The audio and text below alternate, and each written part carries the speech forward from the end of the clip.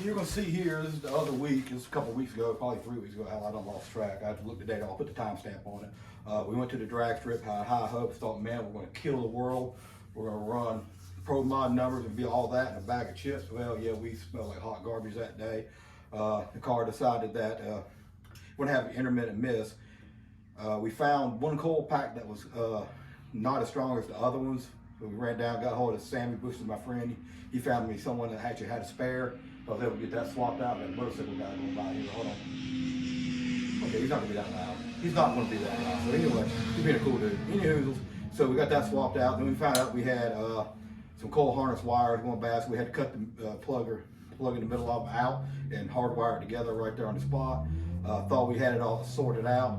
We knew we had a problem the first time we took it on the return road and made a little hit and it fell on his face. So that's when we started checking plugs and things of that nature. Pulled the plugs. Obviously they were old, a little bit of soot on them, but the tips were clean as they could be. Like the plug's been idle for a while and the plug has been ran for a little bit. Nothing bad. So anywho, so like I said, we come back and find that electrical problem, get that all sorted out through a thrash, take it up to the line, comes up on the brake pretty good. I let go of the button, it stands up and immediately cuts right off 5,000 RPM, nothing. So I put it around, pull it back to the pit, can't get the data log to download for some reason, having all kinds of nightmares. It was just one of those days when it wasn't my day. Found out the next day I was positive for COVID, I was sick as a dog. But anyway, I fought it out. We said we're gonna come back, bring it back around one more time. We thought we had to sort it out. That's when we found the coil pack wires. It was just a nightmare. So anywho, like I said, first there's a coil. We found the coil pack wires first on the return road hit, and then when we made the pass, we thought we had a coil that was down because it wasn't quite as strong as the other one. And the only way we had to test it was basically put your hand on a spark plug wire and hold it and see how bad it hurts. So number 2 didn't hurt nowhere near as bad as the rest of them. It actually felt pretty tolerable, where the rest of them make you want to cry. So we found that coil pack, swapped it out. Actually, I took when I was going around looking for one, chasing Aaron, jumped in and took the one off Aaron's truck and put it on my car. Then I brought the spare one back that I borrowed off a guy. A super nice guy that actually carried two full sets and actually let me have it. Didn't charge me a penny for it. I'm telling you, drag racers are the best people ever. They'll just give you anything. That's why I like drag racing.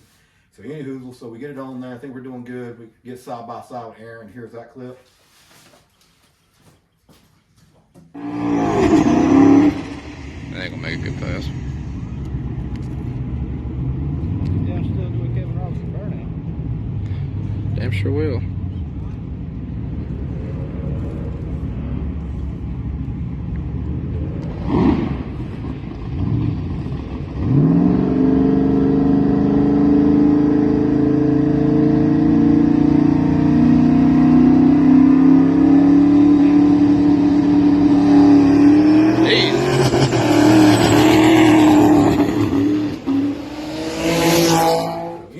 That's the only clip I have today. Sorry for the absolute potato quality of that. Chase was recording with my Samsung S21, which is my backup phone, which usually takes really good quality video. Today, apparently the screen was dirty, and we're going to get in the worst position possible to take the video, but it happens like that. So anywho, so sorry about that, but you can see it come up really high. It was going to make a pass, but it stuttered. Couldn't really figure it out from that point, and that's basically all we had. Okay, we were done at that point. There was no point in even trying anymore, so we put it on the trailer, brought it home. Later that night, I was actually finally able to get the data logs to download and found out I had a fuel pressure problem. So I come out here the next morning, pulled all 3 of my filters off. One was completely clogged. And I thought I had killed a pump, so I changed the pump, cleaned all the filters out, and it didn't present any issues now, so it seems like it's doing well. Had an opportunity today, could have went to Shift Fast Motorsports and do the dyno, which would have cost me $75 for 3 pulls, which I would hope would give me invaluable data, because I need data. Data is everything. You need to have information, you know, what kind of power the car making, what's it doing, and all kinds of things of that nature. Or I could have went to North Wilkesboro and no prepped it, which hindsight being 2020, I should have just went and no prepped it, because I'd had a better day. But anyways, I do appreciate everyone at Shift Fast letting me come down, class down the joint. So we take it down there, obviously $75 for 3 pulls, which is a reasonable rate. They have a little party. It's a pretty cool thing. Not a lot of high horsepower cars. They did have a GTR there that made 780 wheel horsepower. That's a bad mofo right there. One of these days I'll get me one of them. When they come down, when they get to shit box status, I'll get one. but till then I won't be able to afford it. But anyway, I thought I was going to go in there, be Johnny Hero, make the big number. So we set the boost controller up. I put it on 29 pounds of dome pressure. It's in 2 stages. First stage is 24, then went to 29. So the turbo will come up quick. As you don't know, this car is a stock bottom end Gen 453. So when I say that, it means it's stock block, stock rod, stock piston, stock crank, and the heads are stock 243s. The only thing modified is the motor. It's the camshaft I got from Boosters, my friend. It's supposed to be a custom grind BTR for a 380 bore 5.3 and a Bell turbo. So I'm close enough on 378 bore, and I got a medium sized turbo. So it works really well for me. That cam has actually broke this car up. I am eternally grateful that he sold me the cam for the price he sold it to me for, because wow, this car is totally different than that camshaft. Before that, we had BTR Stage 3. Nothing wrong with that cam, great cam. This cam's better. Obviously it has hard push rods. It has 660 springs in it with titanium retainers in it. And nothing fancy, okay? Obviously it's high ram. It's got Snake Ear Performance 2200 CT injectors, which is nothing but a fancy Bosch 210. And yeah, so that's what it is. It's nothing fancy in there. Obviously, it's on E85 pump. The ethanol content is currently hovering at around 72%. It doesn't make a damn after 50, who cares? As long as you got it above 50, do what you want to do with a turbo car. Makes no difference, okay? If you're nitrous, you nitrous guys do what the fuck it is y'all ever do. I don't know. I don't get a nitrous. So anyway, here is the dyno pulls. Here's number 1.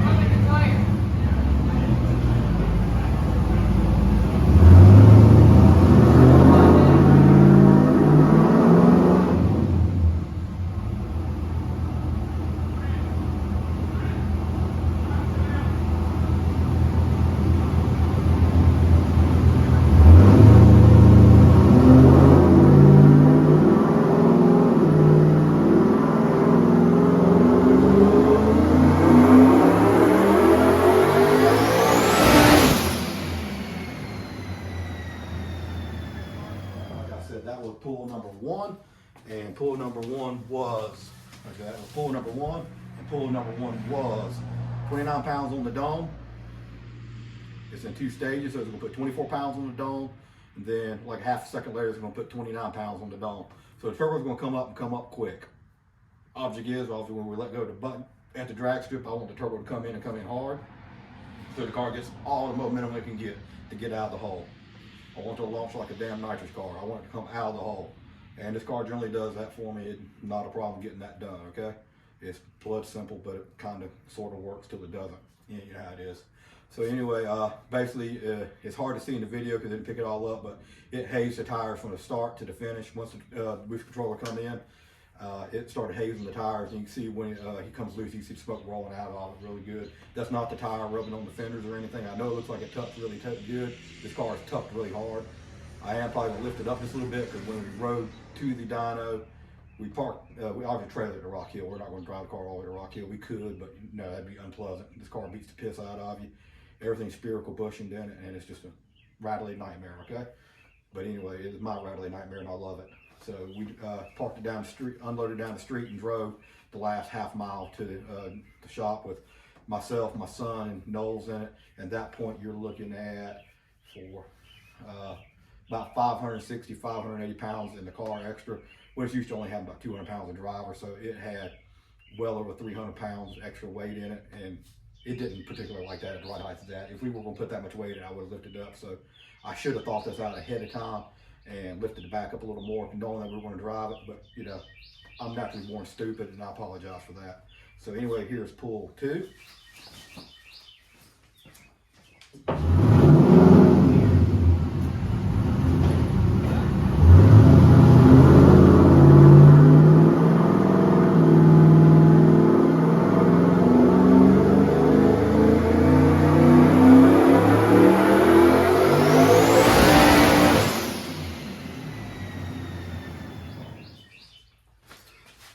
All right, that's pull 2. That's the exact same thing, everything. I don't know what the hell I was thinking it was gonna be any different, but hey, same result.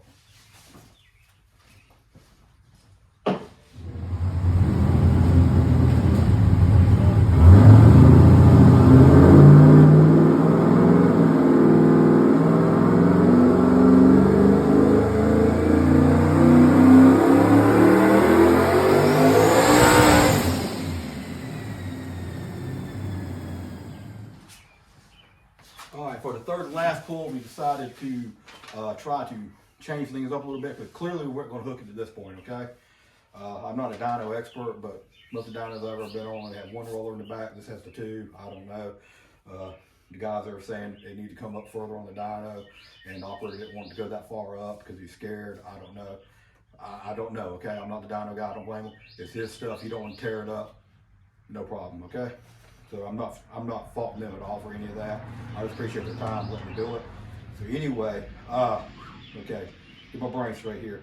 The second one, 2 stages on the boost, 14 on the dome, and then 20 on the dome. On the top end of that, it made 26 PSI, okay? I haven't pulled the data logs on the first 2. The first 2, if I'm targeting 29, I'm putting 29 on the dome, it'll probably be around 35 pounds of boost. That's going to be a right bit of horsepower in this car. Like the turbo, the GT55 98103 from Force Performance, a Journal bearing turbo, but it makes a lot of steam.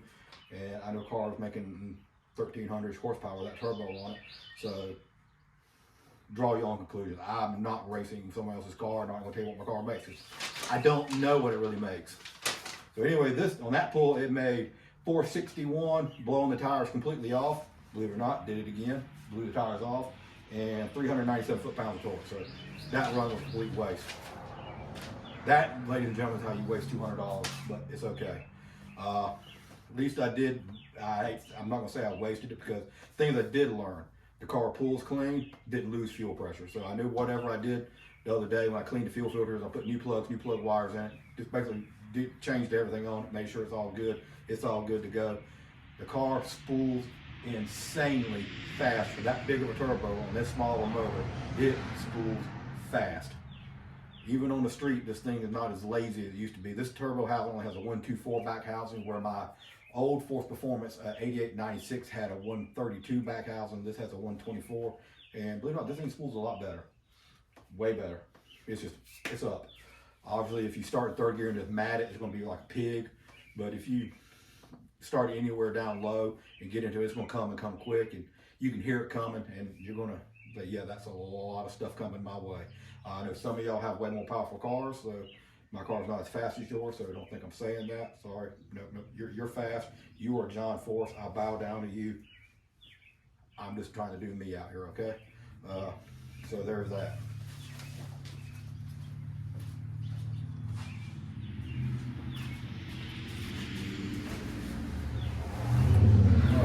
So in the why y'all haven't seen me in a while, on January 19th, I had my surgery on my throat.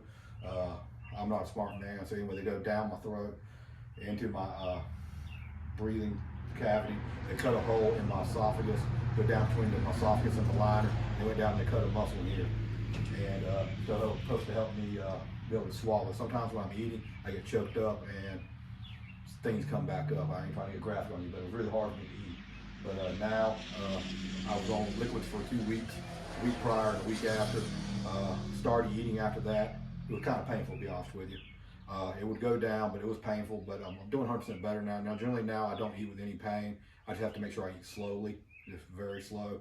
So I'm not going to get that military career I've been looking to get. But anyway, yeah, so I have to eat slow. So no chow hall times for me, but everything gets better. But we're trying to get my body strength back from where I lost a lot of muscle. I was losing weight at a staggering rate prior to this. That's why I kind of disappeared from YouTube. I had other issues I had to take care of, personally myself, okay? The car has been pretty good. I don't think a lot's changed. Like I said, I did put this Force Performance turbo on it. I went to this 98 where I had an 88 before. I put VS Racing Gen 3 wastegates on it. These are the ones that don't have the diaphragm. They actually have a road ring with a plunger in them. I love them. I upped my base spring pressure to 7 PSI in them so they wouldn't flutter as bad when it's coming up on the brake. The car is still a little lazy on the brake, but as long as I turn the dump valve on, it's manageable. It's in the 4.5 second range, which is not outstandingly good. The only problem is I gotta make sure I hit the dump on. At some point, I am going to change computers on it because I'm really out of inputs and outputs on the Holly Terminator.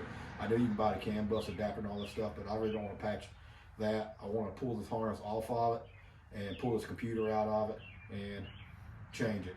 I'm not going to say what I want to go to because it doesn't want to say that because it's not going to happen for a while, okay? I have to just save some money up, and it's hard to do that when you got medical bills killing you. So for the short term, it's going to stay on the Terminator because it works, it's running, it's driving. There's no sense pulling, running, driving the car apart. I'm going to try to get it to track some. Medical bills being what they are, it's going to be hard for me to get into some of these no prep events. These $300 buy-ins are just not going to happen for me. That's just a no-go. I can't afford to pay $300 to go out there and make a test pass.